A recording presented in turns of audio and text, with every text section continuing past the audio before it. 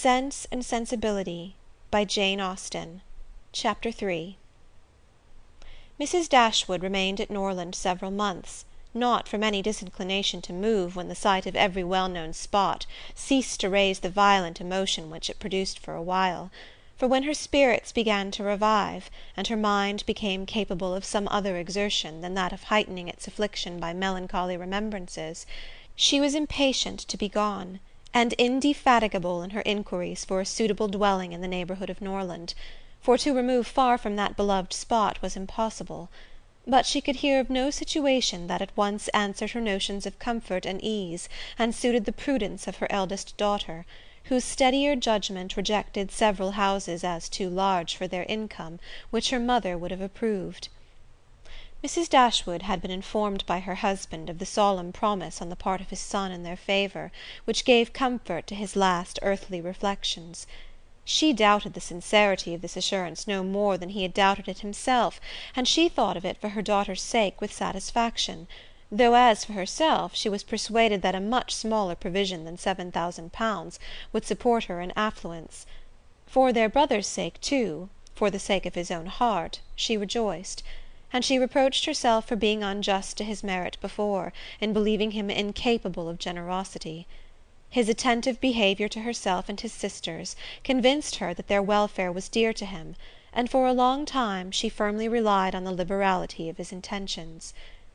The contempt which she had, very early in their acquaintance, felt for her daughter-in-law was very much increased by the farther knowledge of her character, which half a year's residence in her family afforded; and perhaps in spite of every consideration of politeness or maternal affection on the side of the former, the two ladies might have found it impossible to have lived together so long, had not a particular circumstance occurred to give still greater eligibility, according to the opinions of Mrs. Dashwood, to her daughter's continuance at Norland.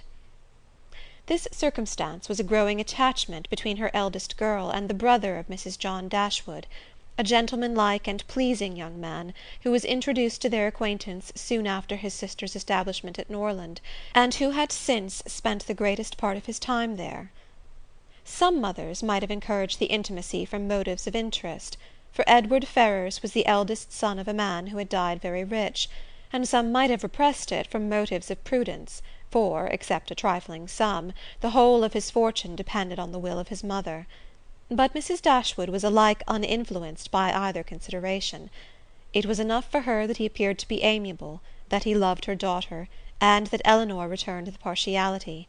It was contrary to every doctrine of hers that difference of fortune should keep any couple asunder, who were attracted by resemblance of disposition, and that Elinor's merit should not be acknowledged by every one who knew her, was to her comprehension impossible.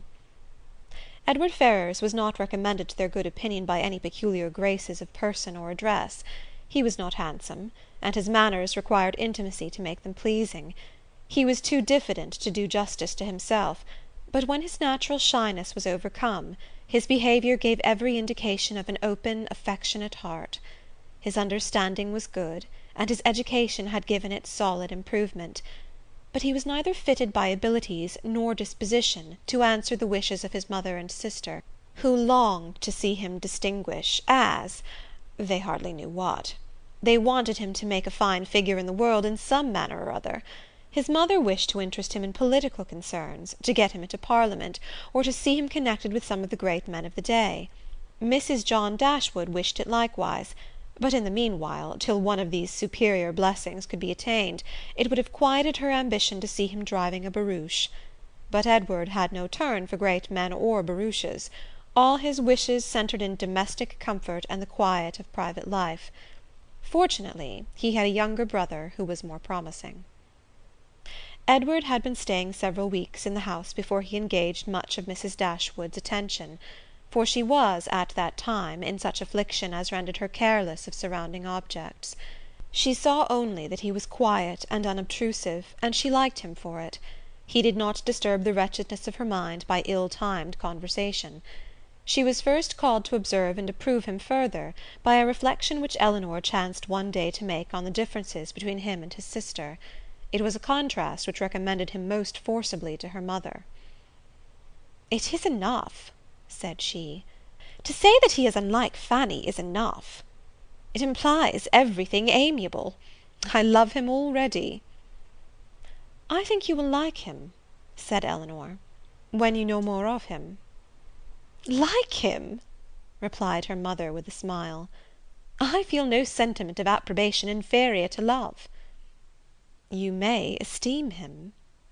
"I have never yet known what it was to separate esteem and love."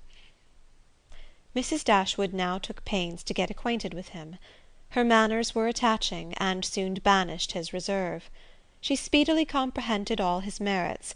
The persuasion of his regard for Elinor perhaps assisted her penetration, but she really felt assured of his worth; and even that quietness of manner, which militated against all her established ideas of what a young man's address ought to be, was no longer uninteresting when she knew his heart to be warm and his temper affectionate.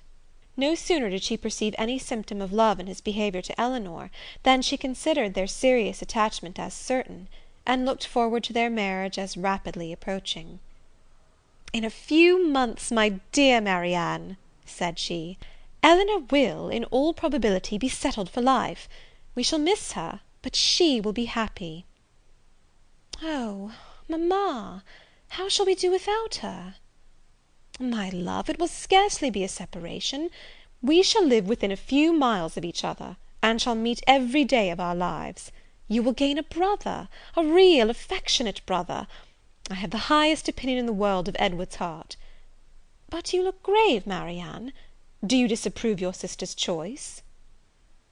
"Perhaps," said Marianne, "I may consider it with some surprise.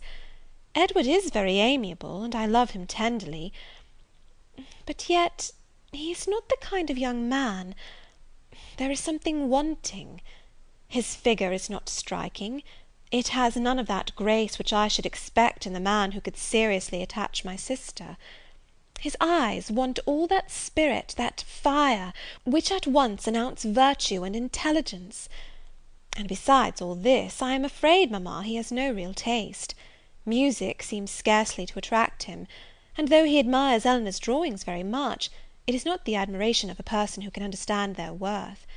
It is evident, in spite of his frequent attention to her while she draws, that in fact he knows nothing of the matter. He admires as a lover, not as a connoisseur. To satisfy me, those characters must be united. I could not be happy with a man whose taste did not in every point coincide with my own. He must enter into all my feelings; the same books, the same music, must charm us both. Oh, mamma, how spiritless, how tame was Edward's manner in reading to us last night! I felt for my sister most severely. Yet she bore it with so much composure, she seemed scarcely to notice it. I could hardly keep my seat. To hear those beautiful lines, which have frequently almost driven me wild, pronounced with such impenetrable calmness, such dreadful indifference! "He would certainly have done more justice to simple and elegant prose. I thought so at the time, but you would give him Cowper." "Nay, mamma, if he is not to be animated by Cowper! But we must allow for difference of taste. Elinor has not my feelings, and therefore she may overlook it, and be happy with him. But it would have broken my heart, had I loved him, to hear him read with so little sensibility. Mamma, the more I know of the world, the more am I convinced that I shall never see a man whom I can really love. I require so much. He must have all Edward's virtues, and his person and manners must ornament his goodness with every possible charm." "Remember, my love, that you are not 17. It is yet too early in life to despair of such a happiness. Why should you be less fortunate than your mother? In one circumstance only, my Marianne, may your destiny be different from hers." Chapter 4